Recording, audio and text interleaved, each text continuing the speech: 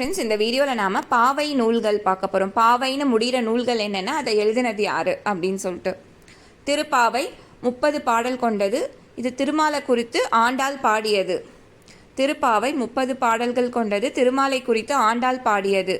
அடுத்தது திருவம்பாவை. இதில் 20 பாடல்கள் சிவன் குறித்து மாணிக்கவாசகர் பாடியது.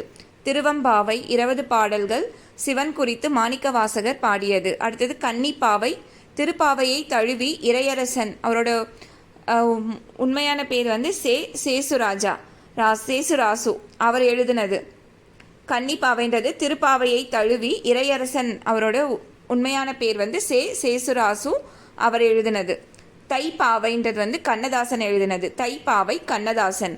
காவியப்பாவை முடியரசன், அவரோட ஒரிஜினல் நேம் துரைராசு. காவியப்பாவை முடியரசன், அவரோட ஒரிஜினல் நேம் துரைராசு. அடுத்தது சித்திரைப்பாவை.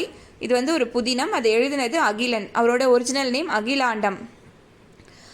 சித்திரைப்பாவை புதினம், அகிலன் எழுதினது அகிலாண்டம். இந்த நூலுக்கு தமிழின் முதல் ஞானபீட விருது